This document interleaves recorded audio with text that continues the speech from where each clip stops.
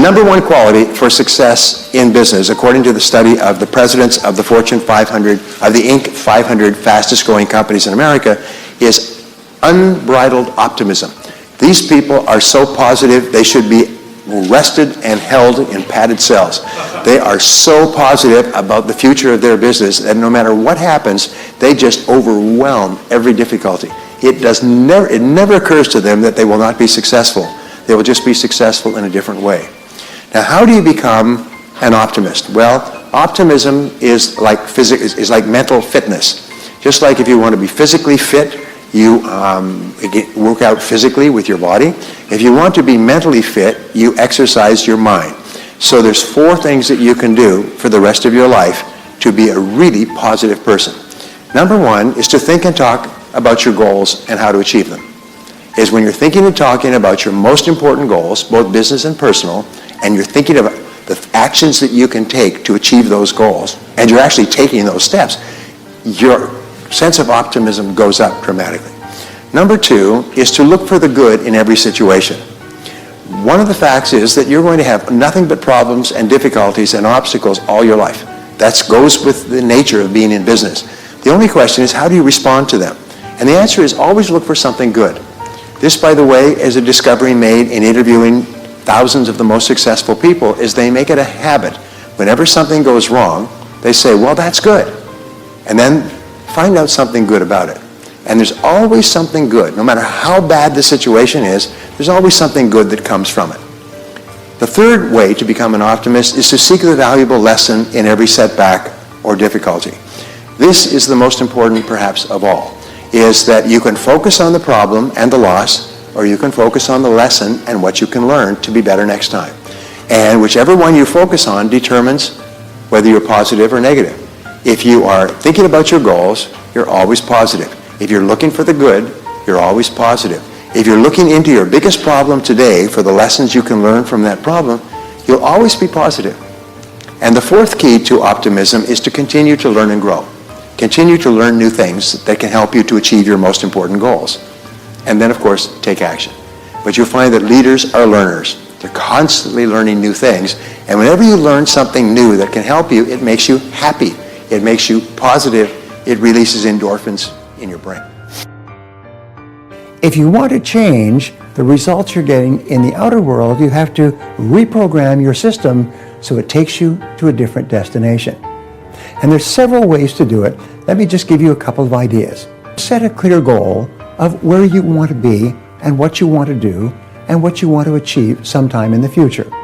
It could be as simple as saying, I earn X number of dollars by this particular year.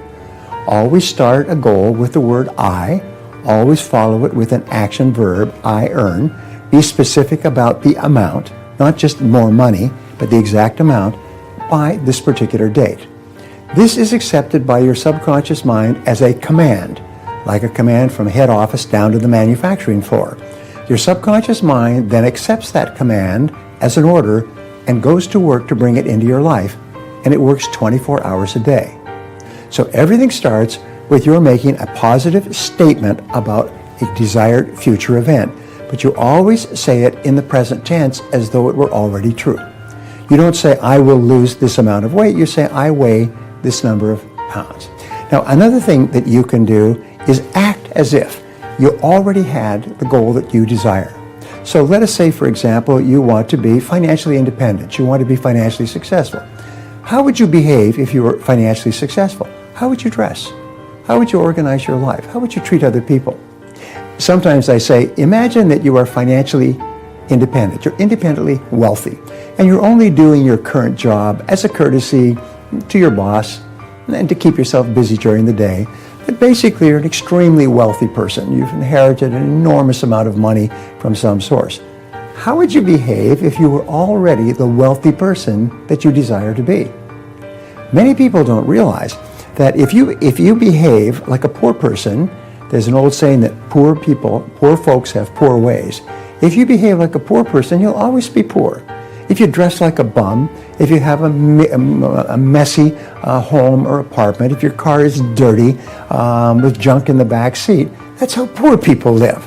And what happens is you're surrounding yourself with the image of being poor. And you cannot change your outer world until you change your inner world. And one final thing that you can use to reprogram your mind is to talk to yourself positively about the person that you want to be and the things that you want to have. When you see a beautiful car, you say, I drive a car like that pretty soon. When you see beautiful clothes, you say, those are the kind of clothes I wear. When you see beautiful homes, you say, I'm going to live in a house like that. Just keep talking to yourself about the things that you want to have and the person that you want to be. And each time you do, you're reprogrammed. And your subconscious mind is accepting your new commands and is working 24 hours a day to bring them into your life. Just give it a try and see what happens. Now, I have written a book called $1 Million Habits. It has 12 chapters, 12 critical areas of life. And in each chapter, there's 20 or 30 habits. So let me give you some of the best. Number 1, develop the habit of daily goal setting and goal orientation. What does this mean? It means when you go to sleep at night, think about your goals for the coming day. Make a list for each day of all the goals, the little goals you're going to accomplish that day. Keep a journal and write down your goals on a regular basis. When you're driving through the day, think about your goals. When you're talking to other people, think about your goals. You see, you do become what you think about most of the time. You do achieve what you think about most of the time. So all successful people and all wealthy people think about their goals most of the time. Second of all, be results-oriented. Now, results-oriented people are always thinking of the most important things that they can do right now to achieve their most important results. Successful people make a list of everything they have to do, and before they start working, they set priorities on the list. Here's a great way to become result-oriented. Actually, it's life-changing. Ask yourself, once you have your list for the day, if I could only do one thing on this list before I was called out of town for a month, what one activity would I want to be sure to get completed? And put a circle around that and start on that activity immediately, first thing, and then discipline yourself to work nonstop until you complete that one activity.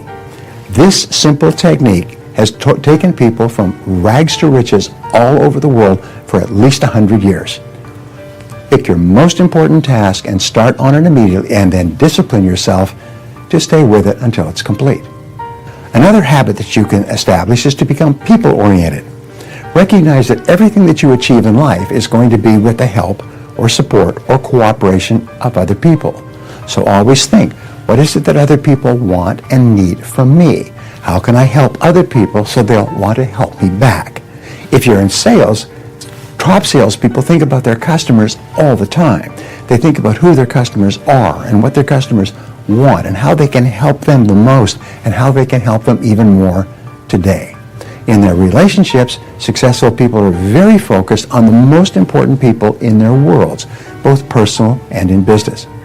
Another habit you can have is to stay health-oriented. Think about your health most of the time. Think about eating less food and better food. Think about daily exercise. Think about getting lots of rest. Remember, to be successful in our competitive world, you need a lot of energy. To have a lot of energy, you've got to eat good foods, get lots of rest, and exercise all the time.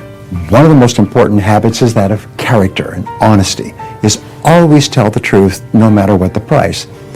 And the final characteristic, the final habit, is that of self-discipline. And I've written and spoken upon this for years and years and years, but self-discipline seems to be the foundation habit that makes everything else possible.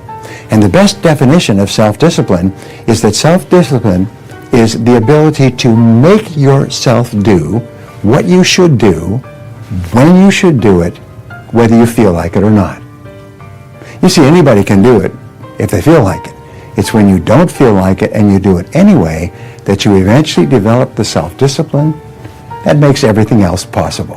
What is the one habit that you should start to develop right now that will help you more than any other habit to achieve your most important goals? One of the most important habits you can ever develop is the habit of zero-based thinking. In zero-based thinking, you put every one of your previous decisions on trial for its life on a regular basis. You ask this question: is there anything that I am doing today that, knowing what I now know, I wouldn't get into again today if I had to do it over? Apply this question to every part of your life, especially to your job, your career, and your current situation. If you are not doing what you are currently doing, would you get into it again today, knowing what you now know about this area? Asking and answering this question takes a good deal of courage. The fact is, in a world of rapid change, you will always have situations that, with your current knowledge, you wouldn't get into again today if you had the choice. These situations will almost always be the primary causes of stress or dissatisfaction in your life. They will cause you the most aggravation and frustration. If you stay in a zero-based situation long enough, it can even make you physically ill. Now, if the answer to this question, is there anything that I'm doing that I wouldn't get into again today, is yes, then your next question should be, how do I get out of this situation, and how fast? Often you can change your entire life by simply having the courage to face up to the fact that your previous decision has not turned out to be as good as you originally thought it would be. There's nothing wrong with this. You are not perfect. Everyone makes decisions they later regret. This will happen throughout your life. It's not possible for you to be successful and happy in your career or job if, knowing what you now know, you would not make the same decision if you had to do over again today. The only question you have to ask is, how long are you going to stay in a situation that you know is not right for you? Now, here's one final point. When you finally decide to get out of a bad situation, the only question that you will ever ask is, why didn't I do this a long time ago? Nobody ever says, oh, I got out of the situation too soon. They always say, why didn't I do this a long time ago? So look into your life, look into your stress points, and ask yourself, is there anything that you're doing today that, knowing what you now know, you wouldn't get into? And if there is, get out of it as fast as you can. Optimists look for the good in every problem or difficulty. When things go wrong, as they often do, they say, that's good, and then they set about to find something positive about the situation. And what we know is that if you're looking for something good or beneficial in a person or situation, you'll always find it. And while you're looking, you'll be a more positive and cheerful person.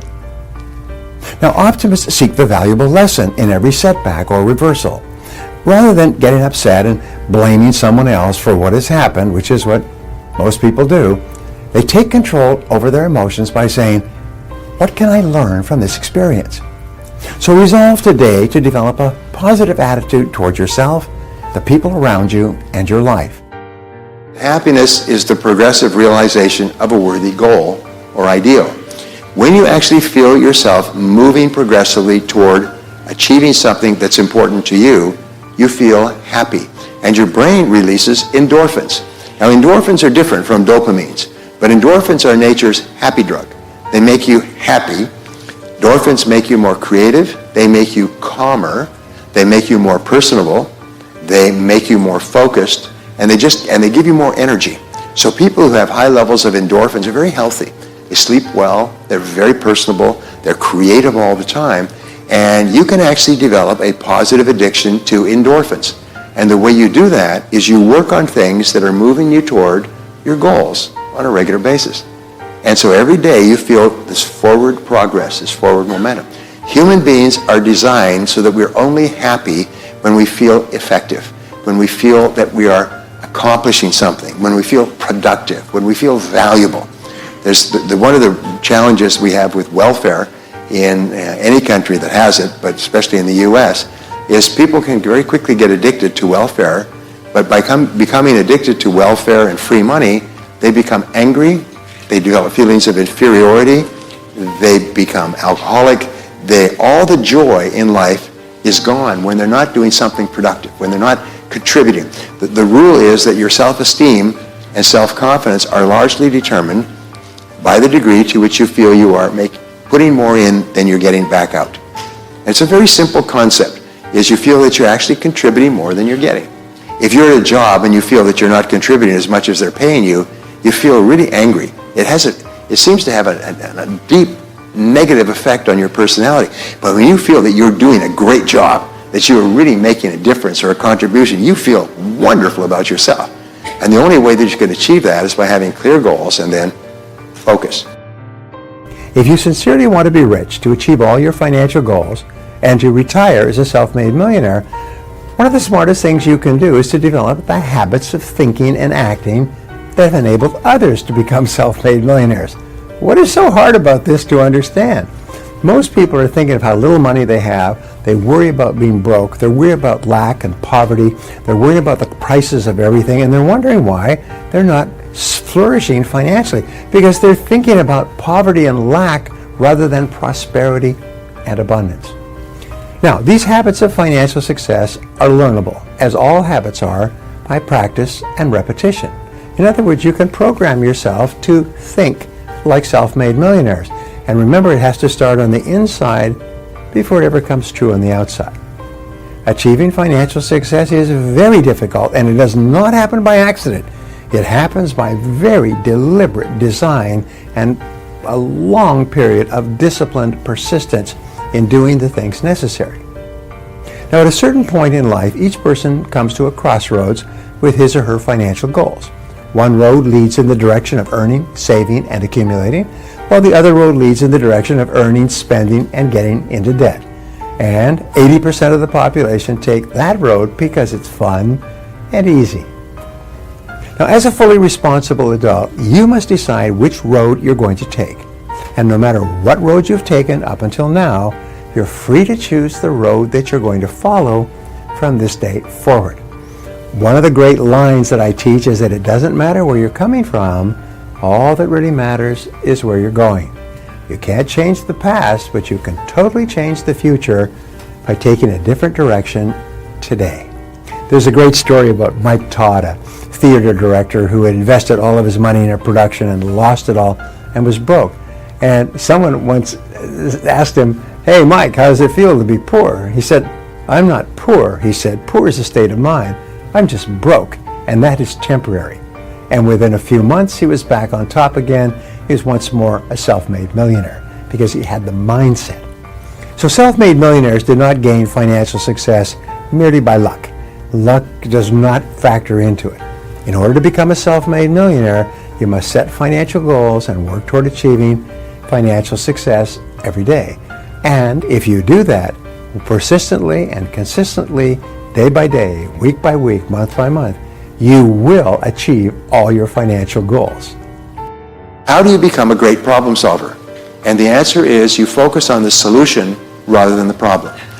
You think intensely about solutions all the time. Now, what is it that average people, the bottom 80% of people, think about when a problem arises? The answer is who did it and who's to blame. They are focused on the past and the problem. What's the problem and who's to blame? What is it that top people do? They say you cannot change a past event. This problem has occurred, so now it is a reality. So the only question now is, what do we do about it? How do we solve it? What is our next action? And so when you constantly think in terms of solutions, you become more and more valuable.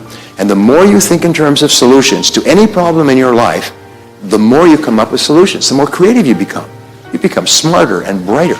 And when you are solving problems and discussing different choices and alternatives, you become more positive, you become more powerful, you become more influential, and eventually people say, "You've got a problem, take it to him, take it to her," because they're really good at solving problems.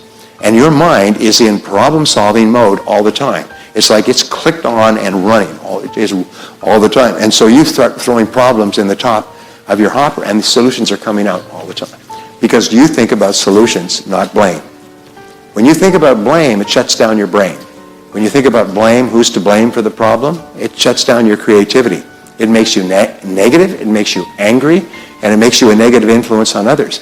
But when you think about solutions, you become the most important person in the room.